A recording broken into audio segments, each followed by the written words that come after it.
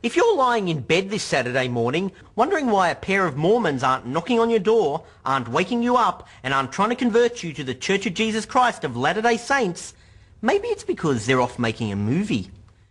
In the year 2000, Mormon director Richard Dutcher released God's Army, a feature-length film about Mormon missionaries that took Salt Lake City by storm. It only cost $240,000 to make and netted more than 10 times its budget. It didn't take Joseph Smith and his magic glasses to see that they were onto something. A new genre of film was born, Mormon cinema. Let's do some good. Salt Lake City started pumping out the blockbusters. The romantic comedy The Singles Ward, covering the world of Mormon relationships. Dramas like The Other Side of Heaven, and family fare like Charlie and Handcart. Realising there was a buck to be made in the Mormon film industry, and considering my background in cinema, for example in this short film I played a chicken, I knew I had all the skills to get a trailer together to pitch my own Mormon film. I'm sick of this life! Seeing Mormons appear to want Hollywood-style films, I'm here to deliver.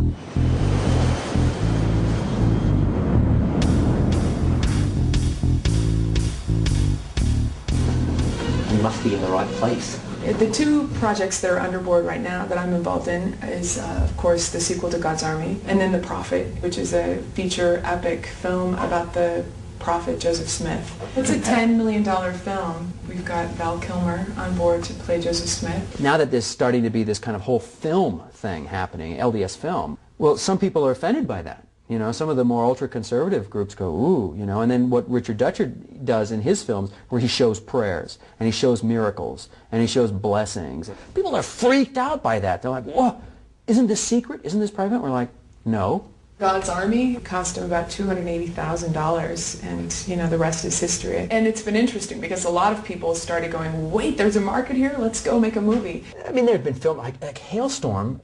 They made more money than any film except God's Army. I mean, they're financially successful. So we started out with The Singles Ward. This is the first film that we did. This is the RM. Did a great box office. We just wrapped a film called The Home Teachers. It, again, is a cultural piece. And how do people within the church react to these films? They love them. They absolutely love them. In the movie God's Army, there's a part where they knock down a bathroom door and take a picture of a missionary sitting on the toilet. And a lot of the church members got really offended that, you know, you would show a missionary half naked on a toilet seat. That made some of the very Orthodox Mormons uncomfortable. And so then with Brigham City, then he explores a serial killing in a Mormon town. It was a gory film, and the Mormon people didn't turn up. They didn't go see it. When Richard released a PG-13 movie, I mean, there was a lot of people that were like, whoa, you know, it's not rated G. You know, there's Richard Dutcher, he's holding a gun. The community is like, well, how can I watch that, you know? That Mormons are very conservative, and they have been told for years, be extremely cautious in what kind of entertainment you go to. You have to look at things from a marketing standpoint. If you're going to go make a film for the Mormons, you can't offend them. Maybe pitching my movie was going to be tougher than I first thought. It was part of Mormon folklore. I forbid any Mormon to door knock in Sin City. A town that had turned its back on God. I'm sick of this life! Everyone said give up. Our bikes wouldn't even make it. The terrain's too rough. Everyone said they're beyond redemption. The prophet Lehi made it all the way from Jerusalem to America. Surely we can make it to Sin City. But they hadn't met Elder Kent and Elder Fox.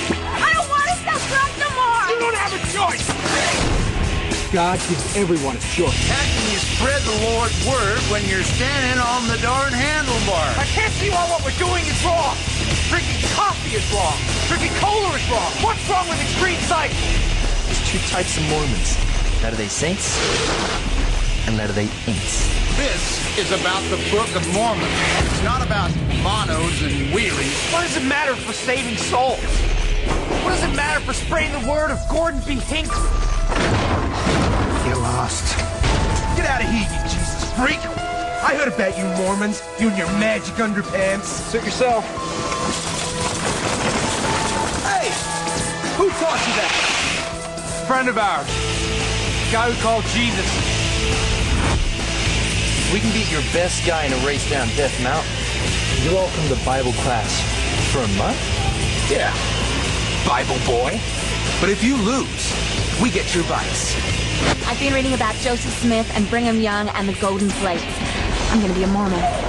They're fast, they're furious, and they're looking for souls.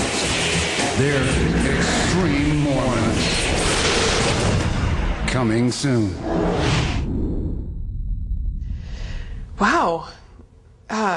Yeah. So you think there's a chance of getting it up? Well, I have concern about the story at this point. I mean, were they actually missionaries? Because that's not how missionaries... Got good production values. It looks great. Yeah. I mean, I don't think missionaries would be allowed. I mean, they were pretty strict with missionaries. There's a whole subculture who says, I'm young, I like rock and roll, I like extreme sports, I like action movies, but I also have a religious aspect to my life. To me, this is for that audience. This is exactly for that audience. We may get some resistance for that title.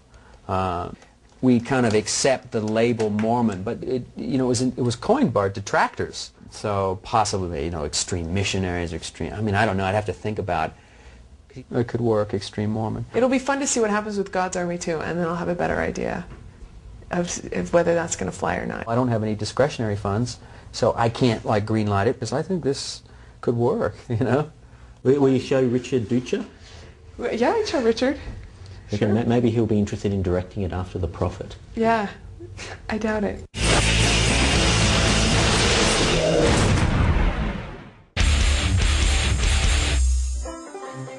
Just say I'm following the wrong religion. I thought I'd read